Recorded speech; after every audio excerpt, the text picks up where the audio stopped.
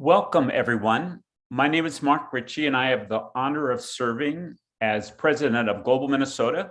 And we're pleased to bring you today this special session of the SDG Roundtable here in Minnesota. We have a statewide association of groups and companies and individuals and academic institutions that have put the Sustainable Development Goals at the center of their work. We work towards the achievement of those goals by the 2030 deadline, and we partner with each other and with others to meet those aspirations by partnerships, which is essential to the thinking and the feelings and the values behind those sustainable development goals.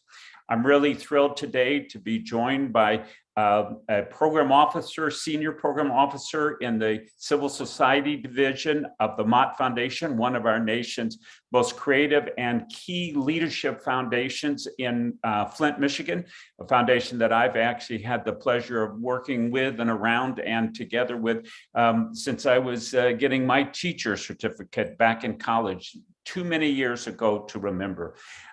But Nick Deychakiwsky is this person within that foundation who's been thinking about and helping to build out the larger sustainable development goal movement, both in the United States, but also and especially internationally, working with community foundations and others, some in Europe, some in Latin America, but in a broad context, the Mott Foundation has always been a leader out in front, creating new opportunities and possibilities. And Nick, it's such a pleasure to have you here with us today. And we look forward to hearing how you and your foundation came into this work, where you've been taking it, and how we as a whole community can help be a bigger partner in getting the planet towards those special goals. Welcome, Nick. Thank you so much, Mark.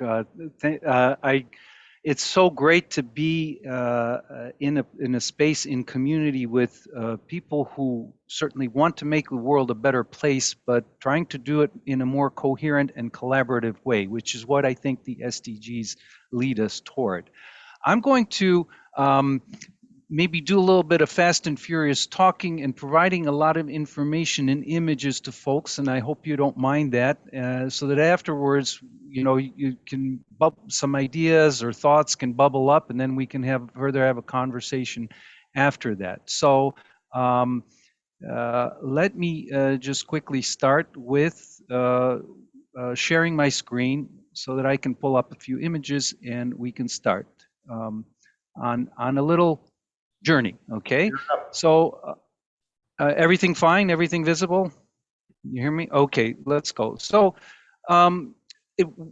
we are the Charles Stewart Mott Foundation, a neighbor over in Michigan, been around for almost 100 years.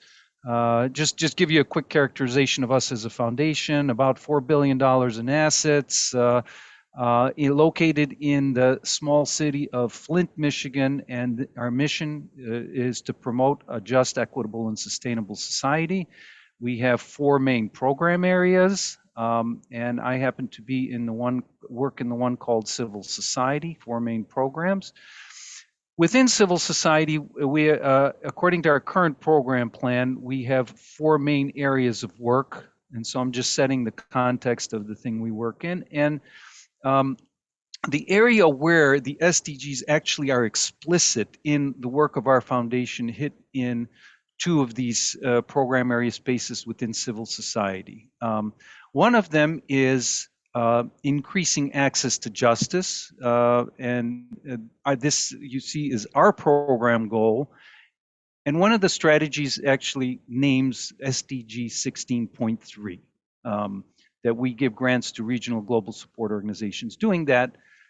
Here you have SDG 16. I understand from Mark that no one here is a SDG newbie, so we won't have to go through that, but 16, one of its targets is to promote the rule of law at the national and international levels.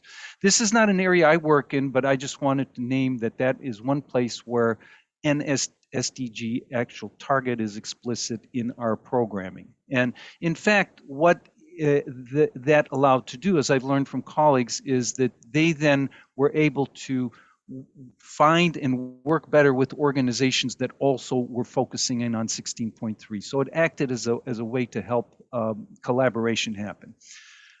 I work in a different area, which is more of the topic of our conversation today, which is called enhancing community philanthropy.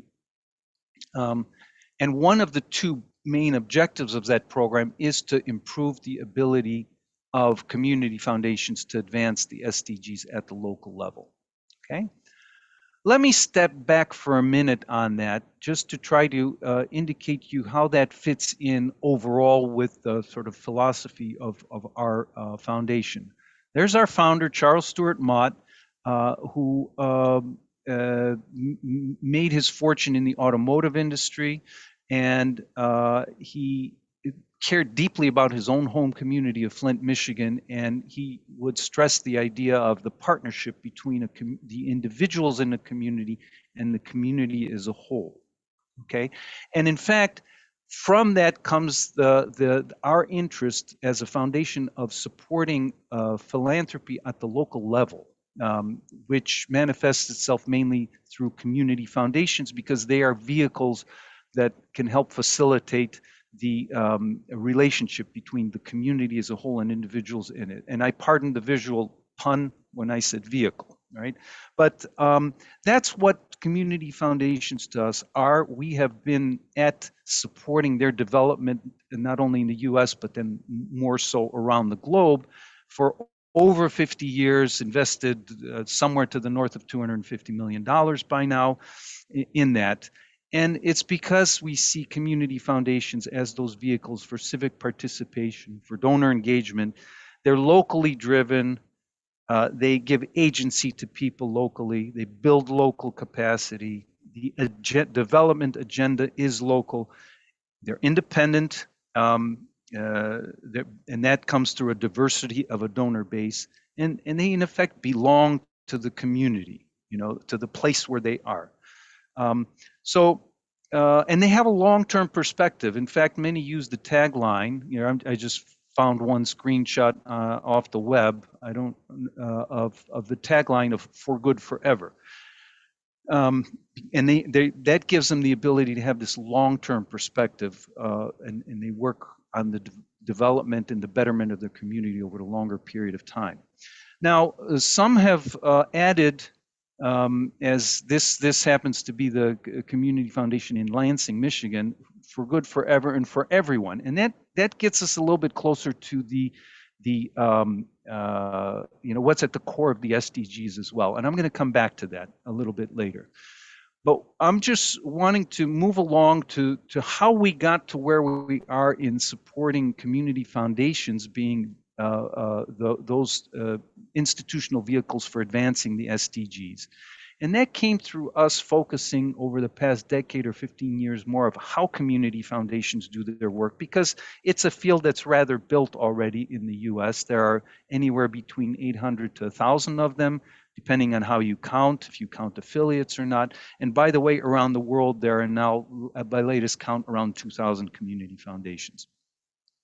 But the idea is that we've supported is community foundations being leaders in their communities, meaning that they work not just to, build endowments and cater to the whims of donors, but in enacting real change in their communities in a as inclusive and participatory way as possible, and work at achieving some long-term results. Okay, so in that vein, we were thinking about 4 or 5 years ago, when we were already looking to develop our next civil society program plan, we were focusing on this. And then in 2018 in Mexico City, this happened. A community foundation summit in Mexico City, but basically the Canadians, the Americans, and the Mexicans all got together to share their experience, and the SDGs were front and center of that conference. You can even see it in this tagline of leaving no one behind.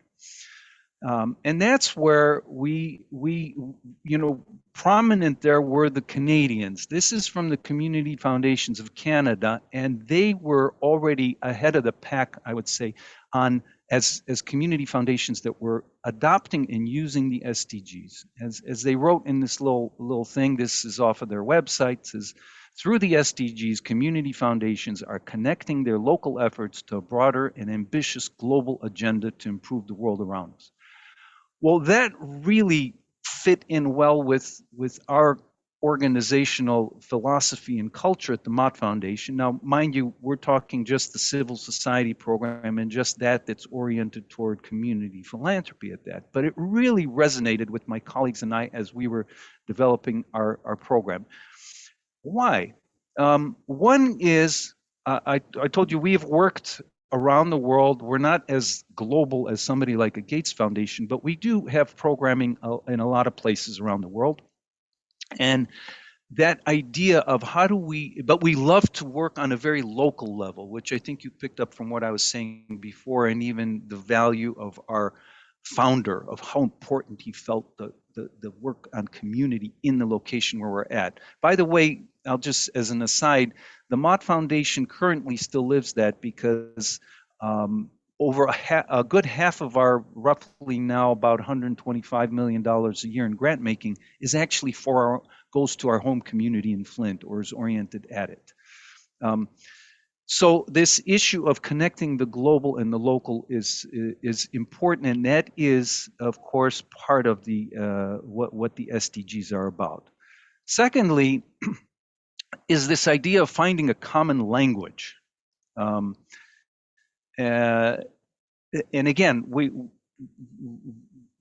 that's what the SDGs offer, is a way that we could be looking at things in a similar way, no matter where we are around the world, or even which state we're in, or what have you, or even what kind of institution we're working with. So that was a second attraction for us, and why we thought it would be good. Because, by the way, we also support learning platforms for community foundations to be able to communicate with each other and learn from each other, from Nepal to Russia to Chile to to somewhere in the United States. The next thing that was appealing is the idea of the universality of the goals, that they are applicable no matter where you're at. It's not just for developing countries. It's not just for developed countries, first world, second world, third world. It doesn't really mean much here. It's for things can be done that are needed to be done to advance us all as humanity and our planet on the local level, no matter where you're at. Okay. The interoperability of the SDGs also was a big attraction. One thing we've learned as a foundation, I've learned certainly in my own experience of trying to effect a real, meaningful, and lasting change in communities, is that you can't look at it in a siloed way. So many things are interconnected, and you have to be thinking holistically within a community for lasting change to happen. And that's also embedded in the SDGs. Yes, there's 17 of them. They're separate, but you all probably know better than I do that they're all interweaving and interconnected. And finally, and perhaps the most critical thing, is that message of leave no one behind. Recall earlier I said I'd want to come back to the idea of community foundations adding to their tagline, for good, forever, and for everyone. Well, for everyone, in the message of equity, which is looming so large right now in our discourse, is embedded in the SDGs. Deeply embedded in it, that idea that it's for everyone and we should be leaving no one behind. So that's the journey of how the Mott, sorry, I'll stay here for a little bit. That's the journey of how the Mott Foundation came to why we're really hoping to support and helping to support community foundations as local actors. Now, obviously there are other types, and we're always a big fan of when there's cross-sectoral collaboration.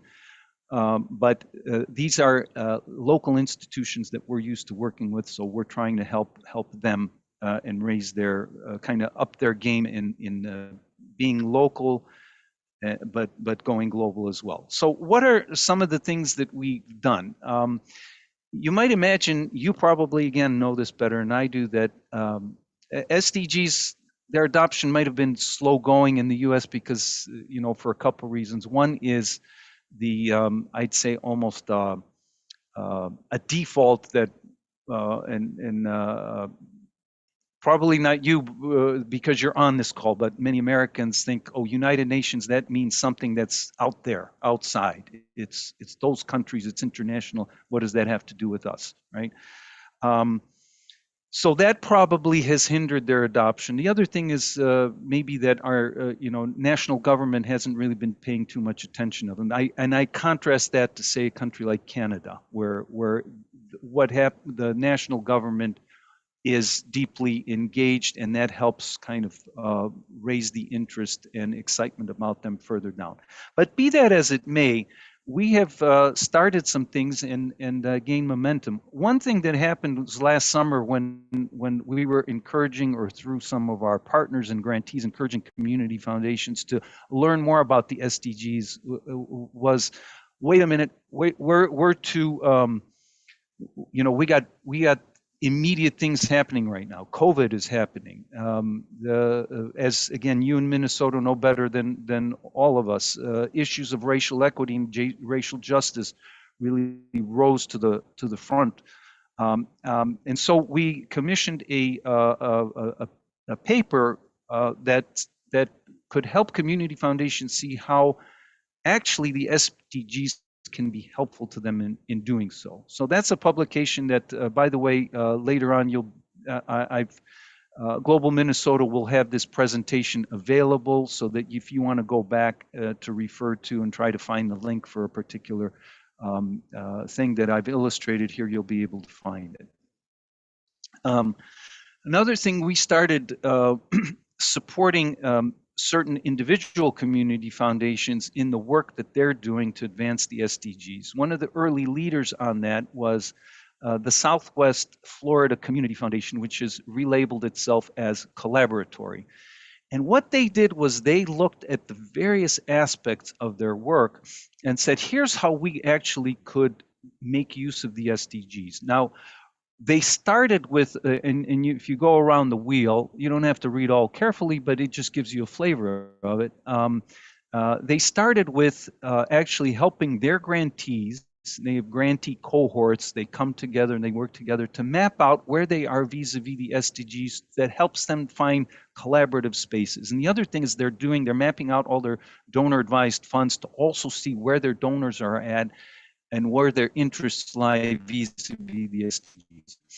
Another that we've worked with is the Central Florida Foundation. It's right around Orlando. And here's an interesting story in that for them, the SDGs are in the background. They actually, it was used more as a way where they can come up with how they're going to not only explain what they do to the public or what their primary aims are, but to have ways to measure and evaluate and have certain indicators. So if you see on the bottom, they've come out to what they call 5 Thrive Impact Areas. And if you go to their website, you'll find all kinds of like dashboards for each of those 5, where what they're tracking on it. But they got to there through actually they backed into it from the SDGs, actually through the social determinants of health as well. So that's quite an interesting way of how they're using it to really set up the kind of framework that's going to resonate in their community. Puerto Rico, they have they've developed a system, what they call community capitals, and they've mapped the sustainable development goals to them. I'll just quickly show you an example of that. Their capitals are human, social, financial. If you see the rows up above the top, infrastructure, ecological, culture. And here they're mapping their indicators in what they do vis-a-vis the SDGs, all of them actually. Sorry, I'm just flipping through this just to give you the illustration there's too much to read and absorb, but it gives you a picture of the kind of thing they're doing, and that they use to help them also figure out where they should be really, what's the best use and deployment of their resources. They're also, by the way, doing that and helping to convince the island's government to contribute a voluntary local review. So those things are coming together, and it's setting up some good, hopefully cross-sectoral collaboration on the island of Puerto Rico. We've recently started working with the Chicago Community Trust, and just you see what they're hoping to do: apply the SDGs to social impact investing and measurement and reporting. And that, by the way, in the context of the Chicago Community Trust, what they call their moonshot, which is closing the racial and ethnic wealth gap. So we'll see how that's going to play out, but that's a very interesting way of how they're planning to see and fit in the SDGs into their work. We have just recently awarded a grant to our own home community foundation in Flint, Michigan.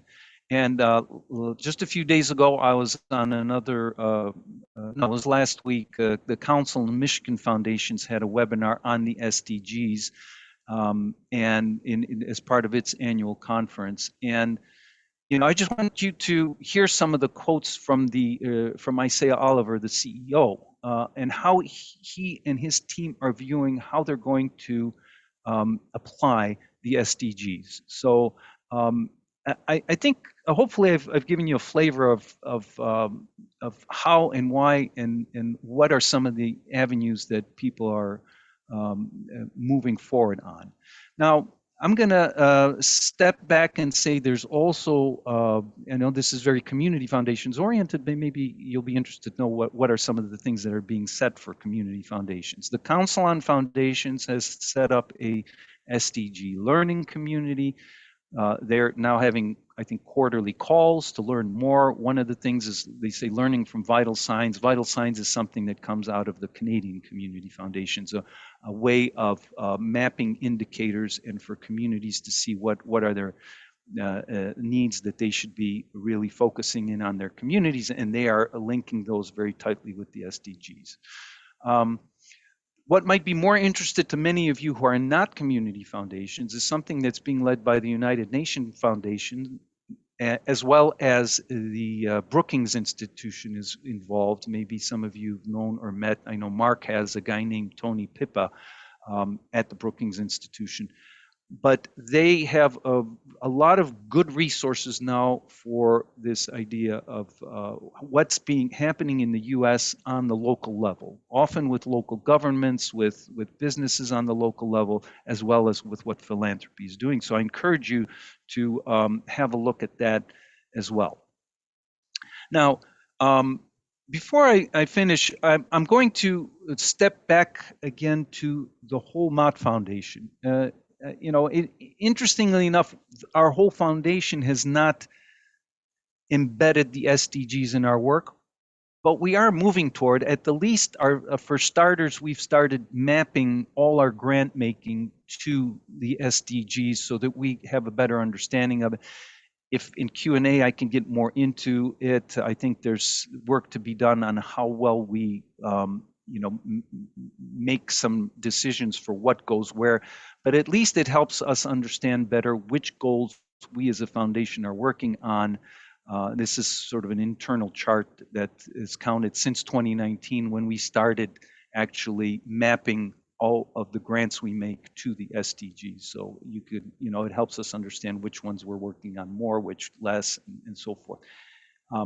So at that, I'm going to stop and thank you for your attention. Not only will I ask if you have any questions for me, but also ask some questions that I wanted to ask if you're interested in the SDGs, why? Although I have a feeling that you've all been through that. If you're skeptical, why? Maybe there still are some people that are. But if you're using them, how are you using them? And I know you probably have dealt with that, but maybe that will also stimulate some more conversation. So back to you, Mark. Well, thank you, Nick. And it's fantastic to see these other places. I have to say, quite honestly, lots of other places are way ahead of us here in Minnesota. So this is a great stimulus, I think, and inspiring. I want to remind the viewers that you can send a question to the word questions with an S at globalminnesota.org. And thank you to all of the Global Minnesota members who help support and make financially this possible. And for those of you who are part of our roundtable, your support would also be very welcome. But having the opportunity to have global experts, but also action leaders like Nick is the important thing of what we're doing. And I was thinking about one part of this, which is that special meeting you described with Minnesota, Canada, US, Mexico, in Mexico City. You know our history with, we have some large community foundations, and I mean, Chicago Community Trust. We have some that were born out of the farm crisis and planted out in rural communities in greater Minnesota. But you seem to have a broad definition of community foundations, and then you're able to give them the gift of the SDGs as a potential way to think about making that local and global. So my question to you, you cited how the SDGs help Mott Foundation, which is hyper-local on the one hand and global on the other hand. Can you say just a little bit more how somebody that was small can have that same satisfaction, that same inspiration that somebody large and 100 years old like Mott has been able to craft using this special tool?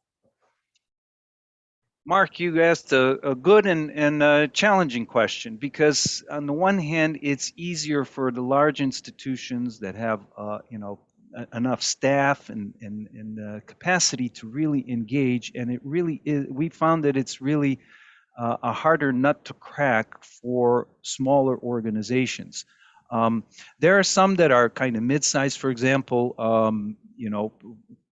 one that's really excited and interested is the West Central Initiative from Minnesota, Anna Waseska, who I think you know, who they find use, although they're more of a rural community, so they're not like a huge urban kind of outfit.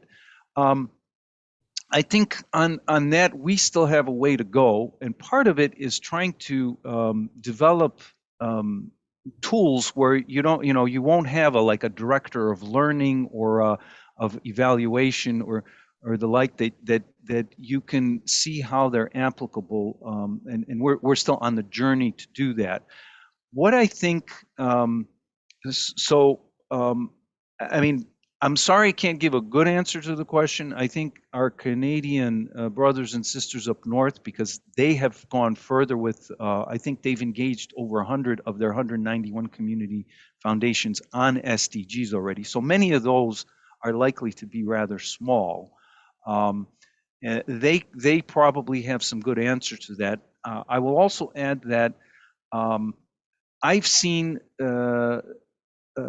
reports of, due to COVID, I wish I can go and visit, but it's just hard right now. But I've seen reports of some small ones be there in Ukraine. They've gone through some training, and you're not talking. They don't even have endowments yet. They're still, because economies in transition and the like. Budgets of maybe up to a couple $100,000 a year, and yet they're seeing, because the hunger for being involved in something that's bigger than just what's locally in their community. And that serves also, we're actually just starting with supporting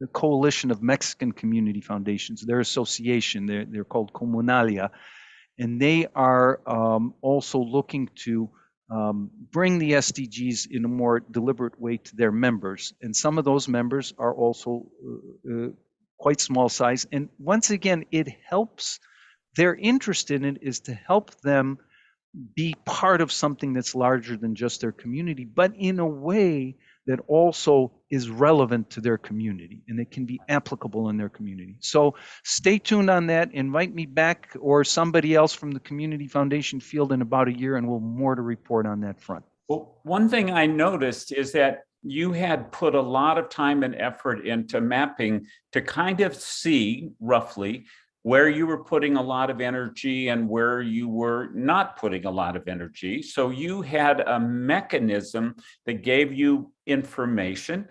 Anna from West Central, you mentioned up in Fergus Falls, they took the approach of mapping, using the Canadian model, I might add, mapping how the organizations in the community, what they were focusing on, which then gave them a big piece of information about which things were being slighted or overlooked, or, in other words, people could use the tool of mapping of some kind to provide information about the priorities in the real world, missing pieces, overlaps.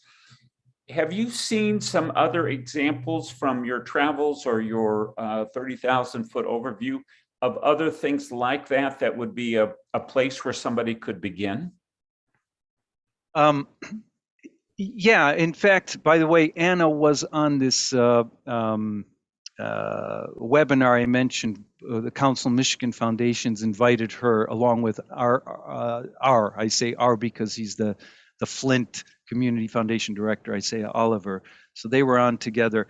And I love what Anna said about because she stressed the interdependence of the SDGs, saying that there's 17 of them and there's something for everyone in there. She also said that measurement is the most vexing piece of it, and I think that's where sometimes people kind of stumble on it because they might view it only as this kind of thing that you then have to look at. All those targets and then indicators and say, what are you going to do?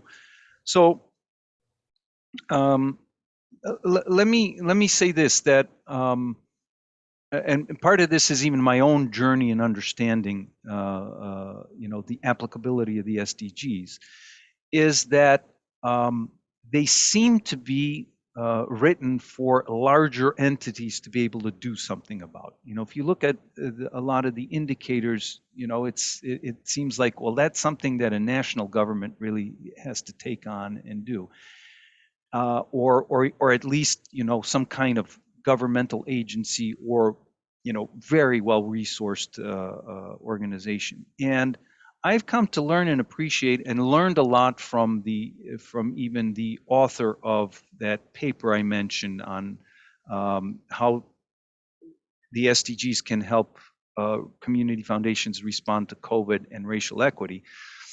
And that is that it's not about taking something that's global and trying to jam it into what you're doing locally. It's looking at what you're doing locally, what the community itself says, these are the things that we feel are important to us.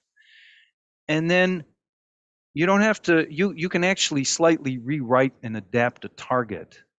I know it feels like cheating a little bit, but it's not. It's rewriting it's making the target more specifically applicable to your own circumstances, but yet seeing the connection of how it may kind of roll up into something that goes beyond you. So there's that aspect of it. I'll use an example. I believe if you look at Thrive in Central Florida, they talk a lot about safety and security, which is within, and I forget which because I'm not by no means an SDG expert, but there are concerns on security and safety in the SDGs, right? Locally, the way it played out for Central Florida and in their Thrive framework, they actually use the issue of pedestrians and how many pedestrians are being unfortunately killed by automobiles, right? And what they might do on improving that indicator. And there's no SDG indicator that says pedestrian death rates from automotive vehicles. Yet that's the indicator that they feel is very relevant to them. But they did look at the SDGs to help them get ideas and to help them place what they're doing in a more broad framework. That's So great. I hope that's helpful. Well, it is. And, it's interesting because SDG 3, which is health and wellness, well-being for all, .6, so 3.6 is reduce traffic fatalities and injuries by half. Oh, it is in there then. Well, Okay. this is very specific. So here in Minnesota, it happens to be something that I work on personally. I'm on the board of MAD. I am active in an organization about distracted driving. It's very personal to my family. And I saw that some of those very big groups and some of the tiny ones that had grown up around, cell phone talking and distracting, all of those things, were open to the idea that this could be lifted into a larger global movement. And simultaneously, one of our by far largest corporations, the CEO, put his cell phone in his glove box for a month, said no more of that. Then he mandated it throughout the whole organization. And then they began being a leader, leading to legislation. And all of the discussion that we've been able to have to link these things have been because they all contribute to 3.6. And so I'd not thought about the specific of pedestrian injuries from, crazy traffic and all the things. But of course, obviously, it's part of that. And it allows for movements and organizations to bond because they have a shared, kind of a bigger, and how are we doing? I mean, one thing we know is we've gone backwards over the last COVID period on road fatalities. And so, okay, we got to get going, so that example that you use, do I remember right that part of that story about it was a way to attract more young people still is part of the motivation? A way of bringing a different group of donors into relationship with a community foundation? Well, part of what I just now in my presentation, it may have also been in Florida. In that example. So I apologize if I'm not, if I'm not remembering correctly. But what I do, what's fresher in my mind are the comments that Isaiah Oliver made that were in the slides, and so he was saying why the Community Foundation of Flint felt like we really need to. This is really going to be helpful to us because he said that donors are changing. That here's the favorite organization and they're doing great work isn't enough. The younger donors, the new generations, millennials or Gen Z, or I always get mixed up between all those, but that they want to see what impact more. They want to see what's the result. What are what's my contribution achieving? And so that's where he's feeling like, if we're doing that, then the SDGs really can help us in figuring out ways that we're going to show that. Now, I'll go back to Florida just as an example. Again, sorry, they're not the only one, but that's one that I recall well. Is that this was in a conversation with Mark Brewer, the CEO of the Central Florida Foundation, over a year ago, and he said that, hey, we as a community foundation, we're always looking for donors because that's part of what a community foundation does, right? And he said that we got some people in some of our potential corporate donors that are now paying greater attention to the SDGs, and some of that, comes through sort of the merging of ESG and SDG, or, where I know that you're in working on bringing those together. And so he said, so I want to engage them on areas that are of interest to them, but also it creates that framework where it's going to be of interest to other parties as well. So that's the other piece of it, is that the SDGs can end up really providing a good platform for collaboration and cooperation. Well, I remember kind of early on in my own journey and about the SDGs, and I was, somebody said, oh, there's a foundation here in Minnesota that uses them. And I thought, oh, I want to find out. And it was GHR Foundation, which was a large foundation and important in the community, not one I knew well at the time. But anyhow, they said, yeah, just go look at a program area and click on it and you'll see. And sure enough, I clicked on it and boom, up came the symbols of the SDGs that were impacted within that. Let's say it's education or development work in Africa, whatever it was.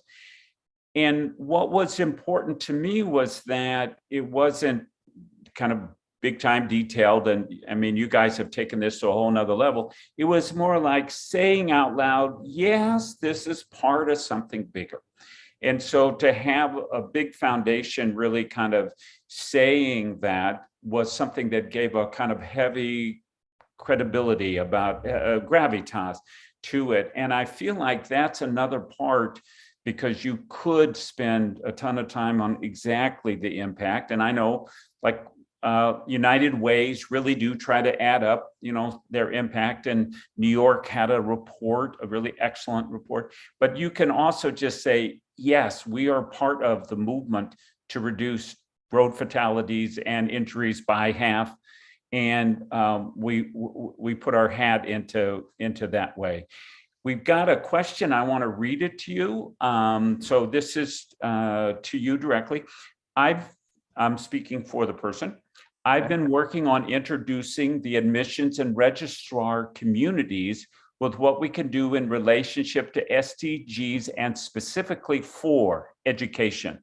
I'm wondering about best ways to get the 4,000 plus higher education institutions in the United States aware and taking specific steps to support this goal. Also to use goal 4 as a starting point for other SDGs. What do you think, Nick? How are we going to do this? What about Michigan? How are you going to get those guys going over there?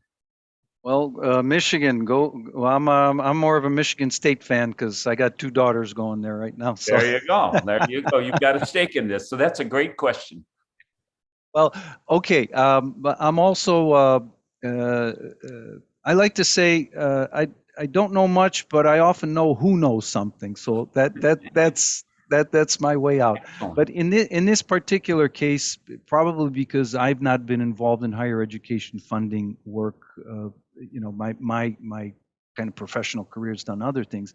I really don't know that much. But what I do know is that universities, and this is because I've heard it from the experts, a guy like Tony Pippa I mentioned below, or there's a woman named Sarah Mendelson who works for Carnegie Mellon University, even though she's in Washington, D.C. And they have seen, and they showed that many universities are starting to be more interested in how the SDGs can be applied within themselves, their own university community, right? So I don't know the exact ways to that, but I would encourage you and the questioner to look at that United Nations Foundation's American Leadership on the SDGs, because those people will, I'm pretty sure there's even a nice blog post about universities, but those people involved in that can help, crack the nut of how you help accelerate this idea of addressing the SDGs by universities. And I think it's the case that, at least at the level of the University of Minnesota, they've now pulled a lot of the pieces. There were tons of pieces, split all over. And there's a kind of centralization, and Katie Pelican and others have been bringing that university-wide initiative into more of a coordinated, and I think that's big progress. But Tony Pippa and his folks with the UN Foundation and with Brookings are proposing a day-long conference in Minnesota sometime in the early part of the year to look specifically at the localization. And so, you know, in the context of what folks are doing, I think we hear this topic in the climate discussion right now. How do local communities take on their own contribution to, you know, greenhouse gas reduction and that sort of thing? I think Tony Pippa and others in that work are looking to see how to accelerate that process. And so I would just encourage anyone who's interested in that. And I, you know, strongly recommend this if this is in your wheelhouse. Get in touch with me or go to the Global Minnesota website. But we will be with Brookings and the UN Foundation organizing that kind of localization, and it's an opportunity then to hear what other people are doing, but also to make some agreements. We're looking to host a World Expo with the focus on the Sustainable Development Goals here in 2027, specifically on SDG 3, so health and wellness and well-being. And so the localization of things like maternal health, universal health care, distracted driving, or you know, these are things that are measurable. They are easily recognized in terms of their social determinants, but also their zip code components. And so, we're kind of excited about that. And of course, then the universities play a big role in education, tracking, mobilizing, and of course, students and young people from all over the planet who see and understand the SDGs from their home perspective, and people here who are interacting give us a big kind of workforce for them. So Nick, you're in this process of thinking about, well, let's see, Canada's really done this in community foundations. Maybe we can get to something like that. Are you seeing in, let's say, other Midwestern states, Nebraska, Kansas, Iowa, Dakotas, are you seeing some aspects of a movement? Yeah. I mean, at very rather early stages, but the interest is growing. There's a Kansas Association of Community Foundations that has been putting on a conference every year called the Growing Community Foundations. In other words, going outside of Kansas as well, which gets well attended. It's mainly for kind of small, medium-sized community foundations rather than sort of the biggies like a Chicago or a Minneapolis or the like. But they're a couple years running. The SDGs has been raised as a topic this year. They had a deeper dive on them as well, and that coupled with what I mentioned before, that the Council on Foundations has created this like a peer learning community. They're joined by 20 or 30 people on the call. That's usually encouraging. But with Kansas also, they've launched an initiative that we're funding right now they're calling it the Kansas Experiment, which is a cohort of 5 rural community foundations from Kansas that are. So this goes back to even your earlier question of, and that's why I said maybe in about a year we'll hear more, maybe even from them, of what's the applicability and how they apply them, because they're going to go through that process. And our hope is that when they'll have some good lessons to learn that'll be good practical examples to peers in other places around the country, or even around the world for that matter, and hopefully also help develop some tools that make it more easier to apply as others want to take it on. So that's something to keep an eye on how that moves forward. Let me add a couple quick things here before I forget. Sorry, I'm going on a little bit with the answer, but the part of the what the Tony Pippa over at Brookings Institution, again in association with UN Foundation, are looking to do is they've used a methodology called 17 rooms. Actually, the Rockefeller Foundation was sort of the chief backer of developing this in a way to uplift and discuss and find what are the commonalities. They start with all 17 to see how they interrelate. You may know about them or you may have heard about that, but I know that they're also looking to bring that to a space where it can be more easily applied. So, ways that, let's say a small community foundation can say, okay, here's a great way for how I can go in and come in and talk about the SDGs to my board, or have some kind of community that's going to, to do a process where we're all going to like get together and figure out where we're at and what's important to us and the like.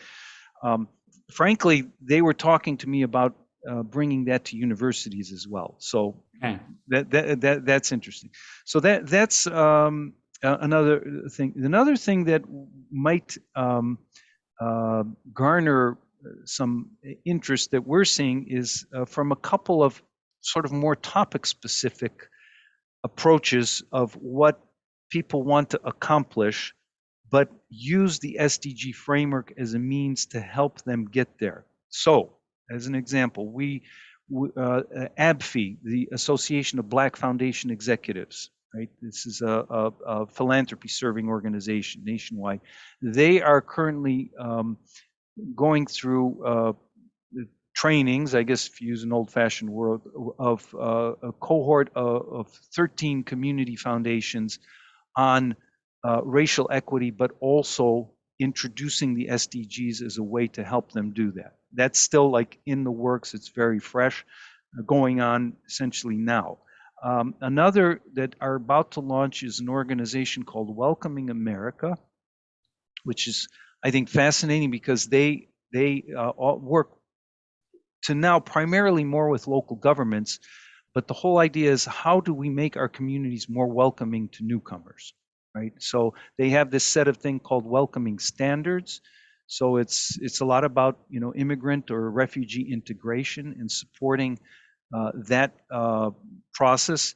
And now they're about to embark on also carving out community foundations, because we're giving them funding for that, and that's what our goals are, to support community foundations. And the community foundations that are interested in engaging on immigrant integration to also apply the SDGs to that. So we'll see where that comes out. That's just starting up. And then a third thing that's been going on is CF Leads. I referred to them before. They're a support organization for community foundations. They have a group of a little cohort which they call the Economic Mobility Action Network, and they are looking at how to promote economic mobility, which we know is so many of our countrymen don't have the opportunities to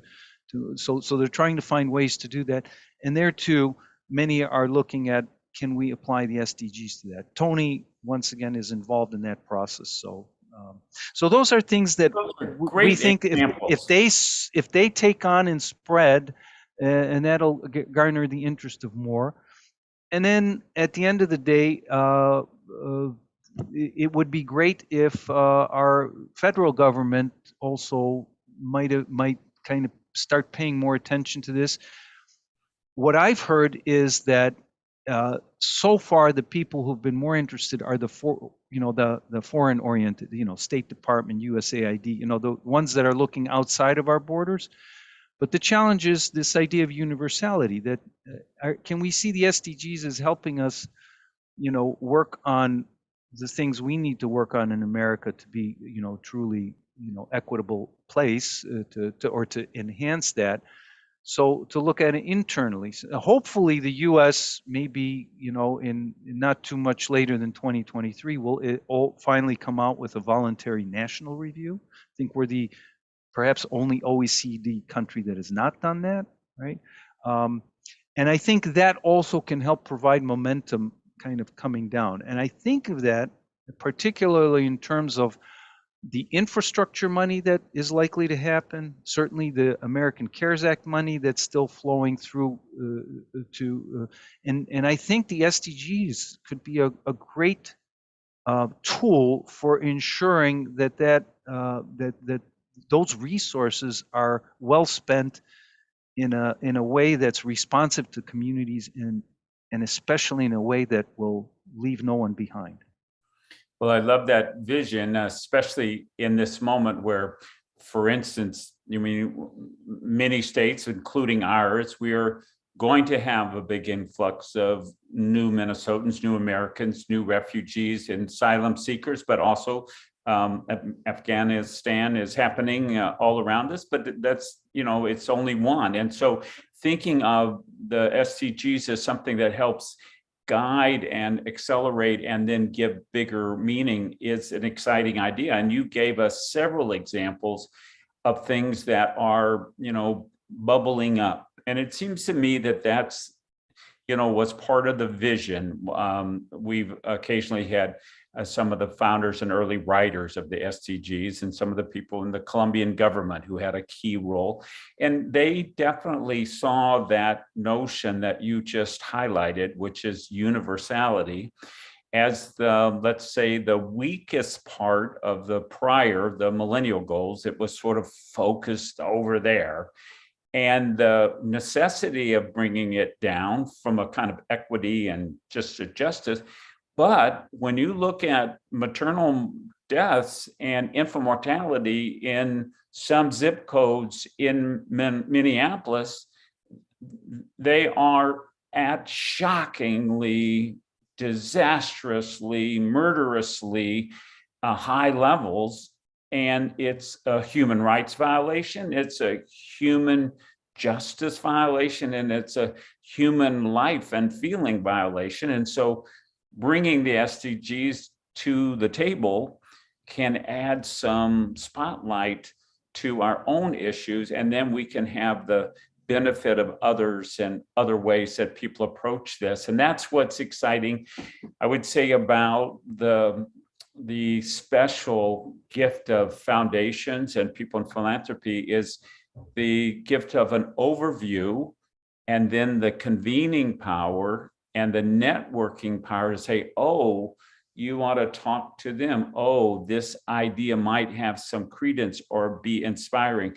So you were talking about coming back in a year. I might not let you go that long. I'm guessing you're learning things, but you're inspiring us to do better, to connect more, to see a bigger picture. And sometime, I think in February or March or something, Tony Pippa and company and others will be here. We certainly want you to come and be part of that, however we are visiting at that point. But also, I want to again sort of just say the Mott Foundation's leadership over 100 years was one that Mott decided that in Flint, the schools should be open for other things, and it made a global movement, but in the nation, that became a movement of the whole nation. And so that's an example, and you're out helping make a movement around the SDGs. In Minnesota, we're fortunate. Some of our companies have been very active, and we have a number of them as our sponsors and members, and so their support is crucial. But mainly, it's in our community where people are saying, yes, we want to address the issues in our own backyard, and of course, there are many, but we want to do it in the context of making the whole planet better and being a responsible partner of this. And I feel like the Mott Foundation is a leader, but it also is an inspiration, and your work has given us a lot to think about today. So thank you, Nick. Thank you for being here today. And to all of you in the audience, this will be available as a recording on the Global Minnesota YouTube page. You can also get more information about the SDG Roundtable, and we have lots of other recording. But also for those of you who are members, again, thank you. It's your membership that makes these kind of things possible. And for those of you who are part of our SDG Roundtable, you know, we do something special every quarter, but keep an eye out. There are other things that we'll do. And we'd love to have you as a member and being part of the broader Global Minnesota community. So we're right on time, Nick. Thank you again. Thank you for the opportunity. Talk to you again soon. Bye now.